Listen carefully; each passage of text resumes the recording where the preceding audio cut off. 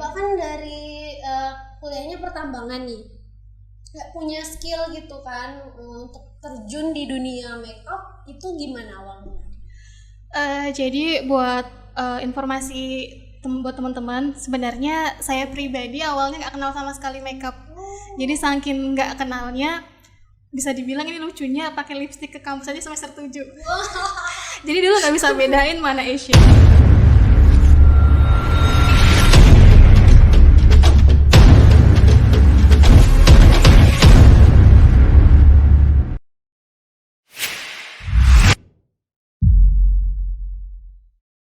Bisa dari mana aja gitu kan. Bener. Banyak juga teman-teman nih yang jurusan pertambangan kan, di sini kerja di Bima Sabartum kan, kita nggak ke lapangan, tapi ya apa ya, apapun itu gitu kan, selama yang masih di jalurnya, Bener. itu menurut saya sih oke aja gitu kan. Perlu nggak kita tuh punya mimpi? Sangat penting. Bahkan kalau prinsip saya pribadi, jangan pernah takut untuk bermimpi tinggi. Kenapa? Karena kalaupun kita jatuh, kita akan jatuh di antara bintang-bintang. Iya, itu mungkin quote yang sudah orang udah banyak tahu gitu. Kenapa? Karena dari mimpi itu kita akan memberikan positive vibes buat kita. Positive thinking juga, mindset kita akan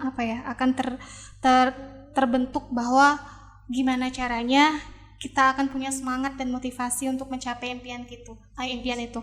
Tapi ya tadi, namanya impian itu kan nggak bisa yang tidak semudah membalikan telapak tangan ya. Ada harga yang harus dibayar gitu. Dalam artian ada prosesnya gitu, ada perjuangan yang harus kita lakukan gitu. Ada kita harus disiplin, kita harus benar-benar tadi impian itu tuh bagaimana caranya kita bisa mencapainya gitu. Jadi kayak kenapa harus bermimpi tadi? Saya pun bermula dari bermimpi, hobi ngayal. Menghayal itu perlu. Bener. Ya sih, karena dengan bermimpi itu ngebuat kita itu menjadi semangat sih untuk menjalani hari-hari kita kan. Karena kita punya tadi resolusi yang menurut kita ini harus kita capai dalam waktu dekat ataupun untuk jangka panjang gitu kan, untuk diri kita dan bukan cuma untuk kita aja sih gitu kan. Mungkin nanti ada mimpi-mimpi orang tua yang kita wujudin gitu sih. Karena kan masa depan itu kita sendiri yang perjuangin. Iya benar, bukan orang lain. Dan itu harus kita ciptain dari sekarang kan. Karena memang tidak ada yang terlambat, tapi apa salahnya kalau kita udah mulai startnya tuh dari sekarang gitu kan. Sih. Dan mau tanya lagi nih Mbak, menurut Mbak Rohma ya, kalau misalnya kita dengan sarjana atau dengan kita nggak sarjana itu ada nggak perbedaannya di dalam dunia kerja menurut Mbak Rohma? Kalau ditanya perbedaan, pasti ada perbedaan ya gitu antara kita sarjana dan pertama tadi jenjang pendidikan ya kayak gitu. Tapi tidak juga menutup kemungkinan kalau yang tidak sarjana pun ilmunya bisa lebih mumpuni gitu. Kenapa? Karena ya biasanya orang lapangan itu kan jauh lebih memahami karena kan kalau kita yang teori dengan praktek biasanya kalau saya pribadi ya gitu lebih cepat kita memahami yang praktek gitu.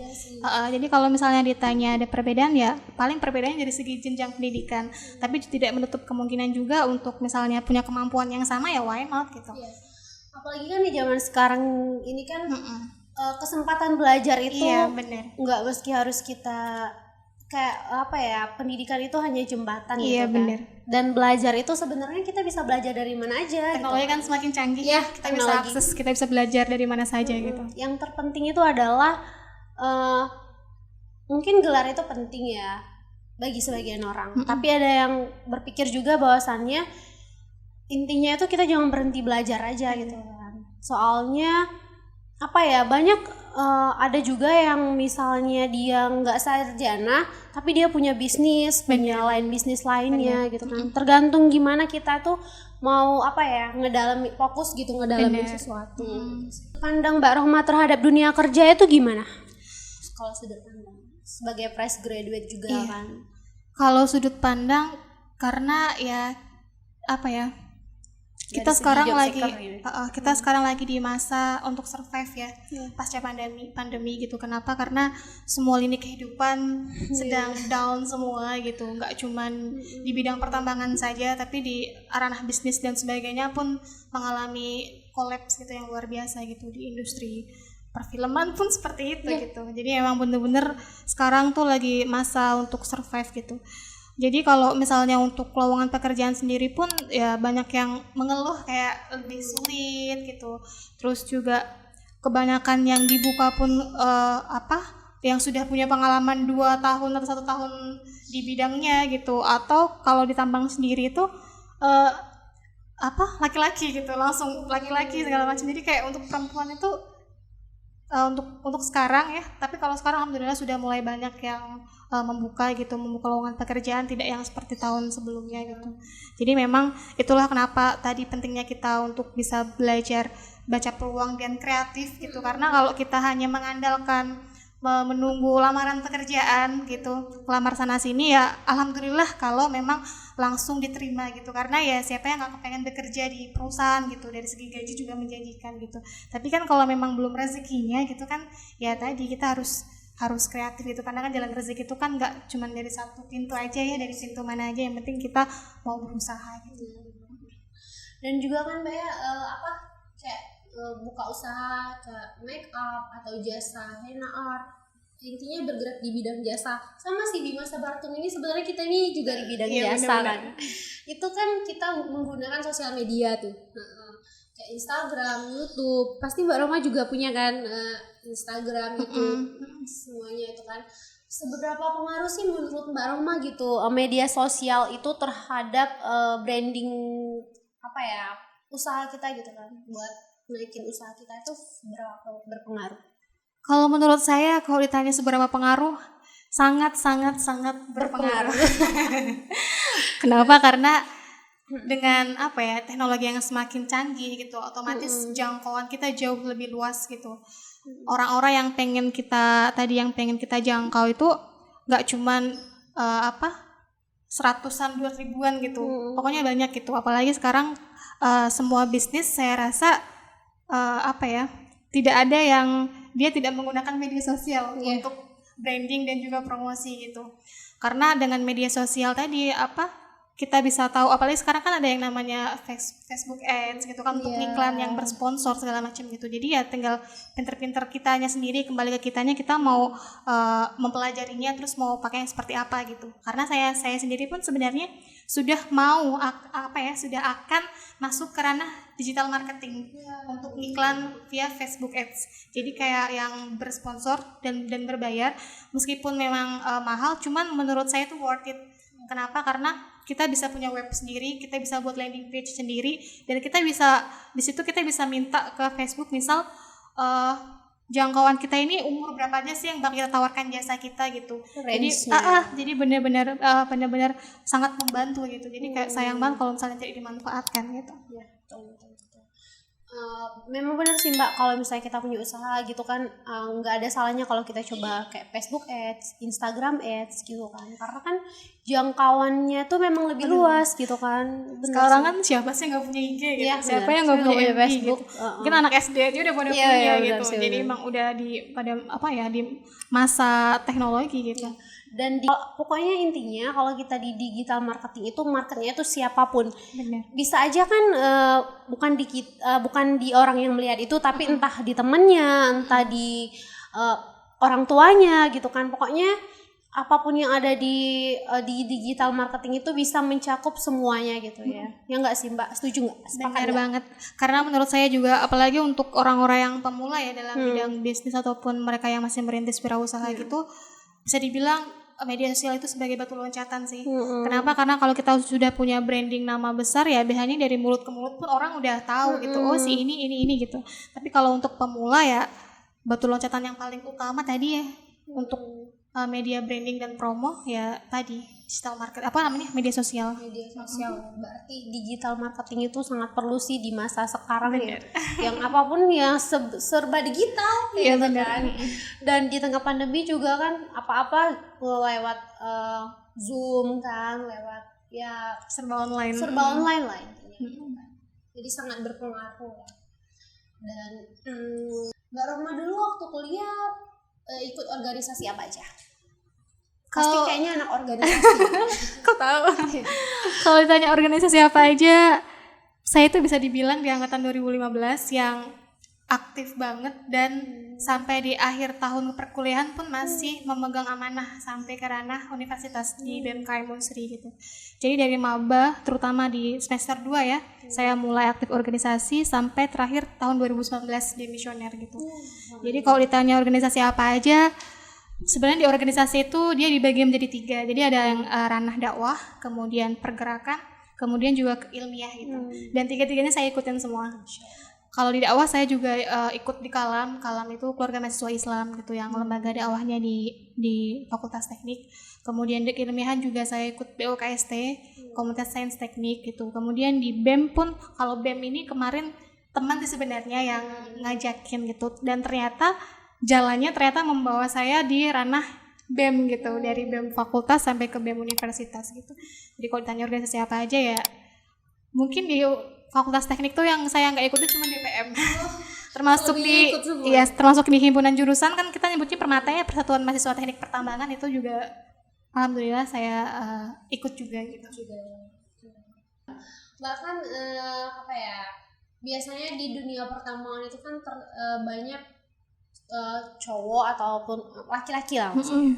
Dan juga tuh walaupun cewek juga penampilannya kan yang gimana ya, kayak anak-anak muda pada zaman sekarang lah gitu, pakai celana jeans. Dan Mbak sendiri kan kalau dari segi penampilan tuh kan Masya Allah banget kan. Amin. Itu gimana Mbak menurut Mbak?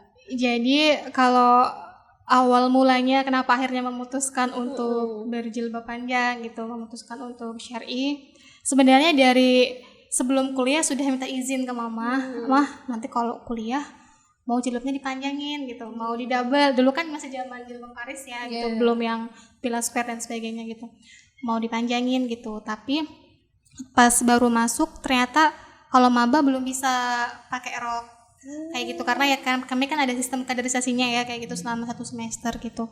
Dan akhirnya yang benar-benar sudah memulainya itu di semester 2 gitu. Jadi kalau ditanya kenapa memutuskan untuk seperti ini, ya jawaban yang pertama karena saya pribadi lebih nyaman pakai rok dan gamis. Kenapa? Karena ya lingkungan kami kan dominan cowok, dominan laki-laki ya gitu, tambang dikit sekali perempuannya. Justru karena dominan laki-laki itu jadi kayak harus lebih menjaga diri gitu, terutama kayak nanti kalau misalnya ini laki-laki kita di lingkungan yang dominan laki-laki, kalau misalnya pakaian kita terlalu ini gimana gitu. Itu awal mulanya kenapa saya memutuskan untuk bisa dibilang ya kita nyebutnya berhijrah ya, karena sebelumnya juga saya belum yang seperti ini gitu. Kemudian yang selanjutnya karena saya merasa ini kewajiban ya, sebagai bentuk rasa taat kita kepada Sang Maha Pencipta, dan dalilnya jelas gitu di Quran surah Al-Ahzab ayat 59 dan An-Nur 31 gitu. Jadi itu sih alasannya, dan ternyata jauh lebih nyaman yang seperti ini gitu. Meskipun memang banyak sekali di awal-awal yang kayak bilang kalau orang Palembang bilang tuh, kau nih pakai rok lagi cak mano begawainya, suka aku kalau ngomong Palembang gimana kerjanya gitu. Terus ya saya cuman senyum aja sambil bilang rezeki kan Allah yang atur gitu. Kalau kita berusaha untuk taat, kita berusaha untuk mendekat dengan Allah, ya Allah pasti bakal memeluk kita gitu, bakal mempermudah urusan kita gitu. Jadi terkait nanti bekerjanya di mana, ya itu udah jadi urusan yang Maha Kuasa gitu. Dan alhamdulillah ternyata salah satu jawabannya ya diberikan kemudahan untuk membangun bisnis makeup artist gitu, sebagai seorang. Tapi ya sudah seharusnya seperti itu sih.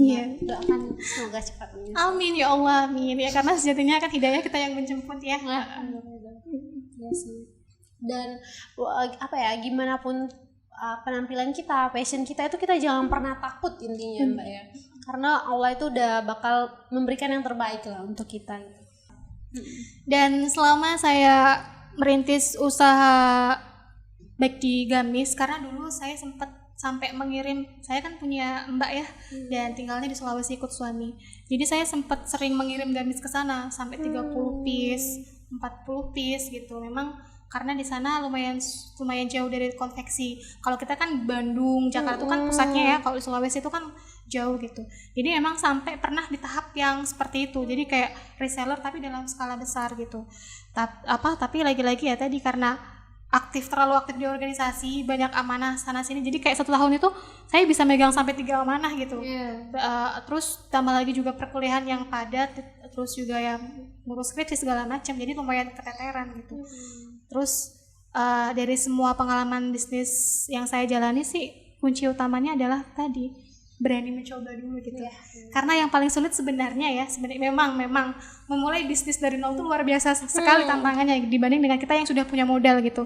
Tapi sebenarnya poin utamanya tuh bukan di modal gitu. Sebenarnya kita mau apa enggak berproses, kita mau apa enggak mencoba, kita mau apa enggak belajar gitu. Kalau nanti masalahnya dibilang orang biasa lah, namanya kita memulai suatu usaha kan ada saja netizen maha benar yang suka ngejulit gitu, nyinyir, sama kayak saya makeup suka dibanding-bandingin, suka yang namanya kita berproses, kita masih pemula ya, kalau misalnya hasilnya masih kurang bagus atau jelek gitu ya nggak apa-apa gitu. Tadi makanya jadi yang paling penting adalah berani dulu aja gitu, karena mental buat berani itu, yang berani mulai itu yang luar biasa sulit untuk kita bangun gitu. Kalau untuk masalah modal nanti berkembang relasi segala macam ya itu nanti seiring berjalannya waktu. Dan kenapa saya memutuskan waktu itu meskipun saya anak teknik, karena teknik ini lumayan sangat jarang yang minat aktif di organisasi, karena mungkin karena beban perkuliahan, kemudian praktikum dan sebagainya gitu. Tapi kenapa saya aktif organisasi ya karena saya merasa saya butuh, terutama dalam mengembangkan soft skill ya. Mungkin itu alasan klise tapi emang benar gitu. Di organisasi kita bakal belajar yang namanya public speaking, karena menurut saya good communication itu penting gitu. Kemudian kita belajar untuk manajemen tim, kemudian teamwork, kita ketemu dengan berbagai karakter orang gitu. Kita belajar untuk menurunkan ego, manajemen rapat, sebagainya, advokasi segala macam gitu. Jadi memang benar-benar ilmu-ilmu yang penting dibutuhkan ketika nanti memasuki fase pekerjaan pasca kampus, ataupun ketika kita membangun suatu usaha gitu. Dan yang paling penting salah satunya relasi gitu. Iya sih, benar sih. Karena kalau misalnya kita ada relasi itu kayak jalan tuh bakal dimudahin gitu sama Allah kan.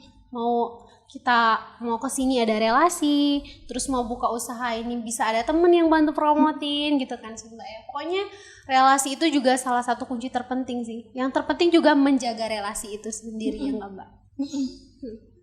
Karena sekarang kan udah tuntutan perkuliahan yang 5 tahun, kemudian aturan-aturan regulasi yang lumayan makin sulit gitu. Itu bener-bener ngebuat, pokoknya kalau di BEM sendiri ya, atau pokoknya BEM universitas gitu, paling susah nemu anak teknik. Bahkan waktu di zaman kami masih memegang jabatan di sana, the one and only perempuan dari teknik itu saya gitu. Jadi memang sangat sulit, sangat sulit gitu. Jarang yang mau, kebanyakan dari FISIP, FKIP sama pertanian.